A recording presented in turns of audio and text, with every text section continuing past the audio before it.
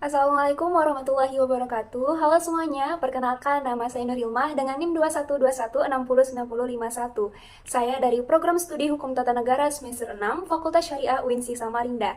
Nah, pada kesempatan kali ini saya mendapatkan tugas ujian tengah semester dengan mata kuliah pengujian peraturan perundang-undangan dengan dosen pengampu Ibu Dr. Haji Siti Aisyah, SPD SHMM MH, di mana topik yang akan saya bawakan pada kesempatan kali ini yaitu mengenai pengujian peraturan oleh Mahkamah Agung.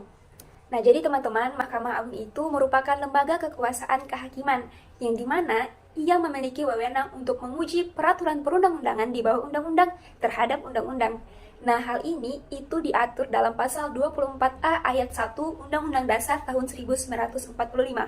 Nah, kalau kita lihat, wewenang Mahkamah Agung melakukan pengujian peraturan perundang-undangan di bawah undang-undang selama ini itu diatur dalam Undang-Undang Nomor 14 Tahun 1970 tentang ketentuan pokok kekuasaan kehakiman. Kalau kita lihat sendiri, dalam pasal 26 ayat 1-nya itu dijelaskan bahwasanya Mahkamah Agung berwenang untuk menyatakan tidak sah semua peraturan perundang-undangan dari tingkat yang lebih rendah dari undang-undang atas alasan bertentangan dengan peraturan perundang-undangan yang lebih tinggi. Lalu, wewenang ini itu dipertegas kembali ke dalam Ketetapan MPR nomor 4 tahun 1973 dan Ketetapan MPR nomor 3 tahun 1978, di mana di dalam pasal 11 ayat 4-nya itu dijelaskan bahwasanya Mahkamah Agung mempunyai wewenang menguji secara material hanya terhadap peraturan perundang-undangan di bawah undang-undang. Lalu, kewenangan Mahkamah Agung menguji secara material ini diatur kembali ke dalam Undang-Undang Nomor 14 Tahun 1985 tentang Mahkamah Agung yang telah dirubah ke dalam Undang-Undang Nomor 5 Tahun 2004 tentang perubahan pertama atas Undang-Undang Nomor 14 Tahun 1985.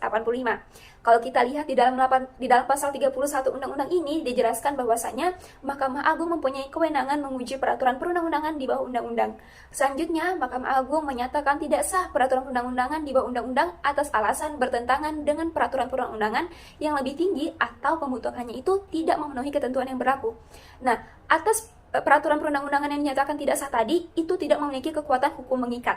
Nah, selanjutnya ketentuan mengenai wewenang pengujian perundang-undangan dalam Undang-Undang Nomor 5 Tahun 2004 ini ditambah satu pasal lagi, yakni pasal 31A yang diubah kembali ke dalam pasal 31A Undang-Undang Nomor 3 Tahun 2009, di mana intinya dijelaskan. Yang pertama, permohonan pengujian diajukan langsung oleh pemohon atau kuasanya kepada Mahkamah Agung dan itu dibuat secara tertulis dengan bentuk bahasa Indonesia.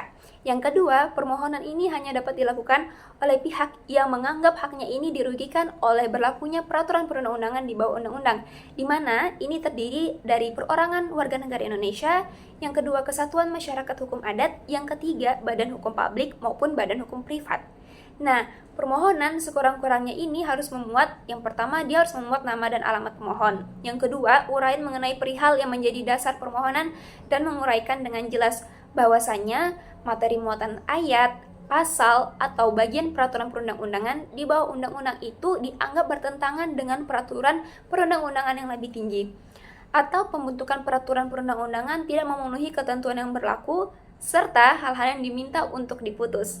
Nah, selanjutnya, permohonan pengujian ini dilakukan oleh Mahkamah Agung paling lama 14 hari kerja terhitung sejak tanggal diterimanya permohonan. Nah, selanjutnya, dalam hal Mahkamah Agung ini berpendapat bahwasanya pemohon atau permohonannya tidak memenuhi syarat, maka amar putusannya itu menyatakan bahwasanya permohonan tidak diterima. Tetapi kalau misalnya Mahkamah Agung ini berpendapat bahwa permohonan beralasan, maka amar putusannya juga mengatakan permohonan itu dikabulkan. Jadi perbedaannya itu di situ ya teman-teman. Nah, selanjutnya itu mengenai dalam hal permohonan itu dikabulkan, maka amar putusannya itu menyatakan dengan tegas materi muatan ayat, kemudian pasal atau juga bagian dari peraturan perundang-undangan di bawah undang-undang yang itu bertentangan dengan peraturan perundang-undangan yang lebih tinggi. Nah, selanjutnya itu putusan Mahkamah Agung yang mengabulkan permohonan itu harus dimuat dalam berita negara atau berita daerah paling lama 30 hari kerja terhitung sejak tanggal putusan diucapkan. Selanjutnya, dalam hal peraturan perundang-undangan di bawah undang-undang tidak bertentangan dengan peraturan perundang-undangan yang lebih tinggi dan atau tidak bertentangan dengan proses pembentukannya, maka amar putusannya itu menyatakan permohonannya itu ditolak. Nah, ketentuan mengenai tata cara pengujian perundang-undangan di bawah undang-undang itu diatur dengan peraturan Mahkamah Agung. Nah, berdasarkan wewenang Mahkamah Agung yang diberikan oleh Pasal 79 Undang-Undang Nomor 14 Tahun 1985, maka dikeluarkanlah yang namanya Peraturan Mahkamah Agung atau biasa disingkat dengan Perma. Nah, jadi Perma yang pertama kali dikeluarkan Mahkamah Agung untuk mengatur hukum acara hak uji material itu ialah Perma Nomor 1 Tahun 1993, di mana menurut Jimmy Asidik, pelaksanaan pengujian itu sendiri dapat dilakukan melalui dua cara. Yang pertama, secara institusional, yang kedua secara prosesual. Kalau kita lihat secara institusional, berdasarkan Perma ini, maka hak Mahkamah Agung untuk menguji materi peraturan perundang-undangan di bawah tingkat undang-undang itu dapat dilakukan melalui persidangan gugatan judicial review yang bersifat khusus. Dalam artian, penilaiannya itu dilakukan melalui proses acara, tapi prosesnya itu dimulai dengan suatu gugatan oleh pihak-pihak terkait, secara kelembagaan atau secara institusional. Misalnya, instansi A itu digugat oleh instansi B yang mana merasa haknya itu dirugikan. Nah, selain itu, pengujian terhadap materi perundang-undangan itu dapat pula dilakukan secara prosesual. Dalam artian, tidak melalui gugatan institusional, tapi dikaitkan dengan prinsip kebebasan hakim dalam memutus suatu perkara. Proses pengujian secara langsung itu dilakukan oleh hakim dalam setiap persidangan menyangkut materi-materi yang terkait. Jadi apabila memang diperlukan, maka hakim dapat saja mengesampingkan berlakunya suatu ketentuan dalam undang-undang, sepanjang menurut keyakinannya hal itu tuh sungguh-sungguh bertentangan dengan nilai-nilai keadilan dan juga kebenaran hidup dalam masyarakat. Namun ternyata teman-teman, seiring berjalannya waktu, Perma Nomor 1 Tahun 1993 itu dirasa sudah tidak memenuhi upaya peningkatan dan efektivitas kewenangan Mahkamah Agung sebagaimana yang diharapkan. Sehingga Perma tersebut itu dicabut dan diganti dengan Perma Nomor 1 Tahun 1999 tentang hak uji material. Nah, pengujian hak uji material ke Mahkamah Agung menurut Perma ini itu dapat dilakukan melalui dua jalur. Pertama, secara gugatan, yang kedua secara permohonan keberatan. Di mana kalau kita lihat secara gugatan, itu merupakan tuntutan kepada badan atau pejabat tun terhadap peraturan perundang-undangan di bawah undang-undang dan diajukan ke Mahkamah Agung untuk mendapatkan putusan. Sedangkan permohonan keberatan itu merupakan suatu permohonan yang mana itu berisi keberatan terhadap berlakunya suatu peraturan perundang-undangan yang diduga bertentangan dengan suatu peraturan perundang-undangan yang lebih tinggi yang diajukan ke Mahkamah Agung untuk mendapatkan suatu putusan.